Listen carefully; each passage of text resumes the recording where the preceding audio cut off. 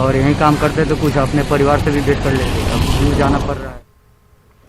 Corona के मामलों में कमी को देखते हुए अब रेलवे ने भी पैसेंजर ट्रेनों को चलाने का फैसला कर लिया है। ईस्ट सेंट्रल रेलवे ने आज से पैसेंजर ट्रेनों को चलाने की शुरुआत कर दी है। ट्रेनों का वक्त और रूट पहले की तरह रहेगा। वाज़ेह है कि कोरोना के बढ़ते मामलों की वजह से ये तमाम ट्रेनें रद्द कर दी गई थीं। पैसेंजर ट्रेनों के चलने से पटना रेलवे स्टेशन पर मुसाफिरों की चहल पहल कुछ यूं दिखाई दी। कोरोना का संक्रमण धीरे धीरे कम होने के बाद राजधानी पटना की तस्वीर अब बदलने लगी है। पटना जंक्शन की तस्वीर देखिए, पटना जंक्शन पर अब चहल पहल धीरे धीरे बढ़ने लगी है।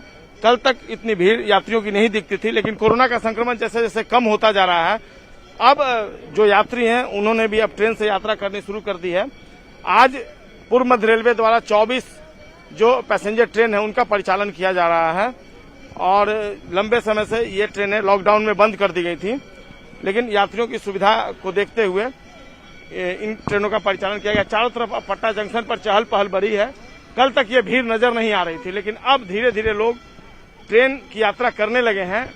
लिहाजा पटना जंक्शन पर भी अब जो कल तक एक सुनापन था वो सुनापन दूर होता हुआ नजर आ रहा है और यात्रियों की संख्या जो है अब यहाँ नजर आने लगी है। पटना जंक्शन पर दूसरे जगहों से भी लोग ट्रेन पकड़ने के लिए यहाँ पर आ रहे हैं। जंक्शन की तस्वीर बहुत बदली है अभी 4 दिनों पहले जो तस्वीर थी, और सबसे बड़ी बात है कि आज से 24 ट्रेनों का परिचालन जब से शुरू किया गया है तो निश्चित तौर पर आने वाले दिनों में जो यात्री हैं उनकी संख्या और बढ़ेगी और धीरे धीरे कुलियों की जो स्थिति है वो सुधर पाएगी।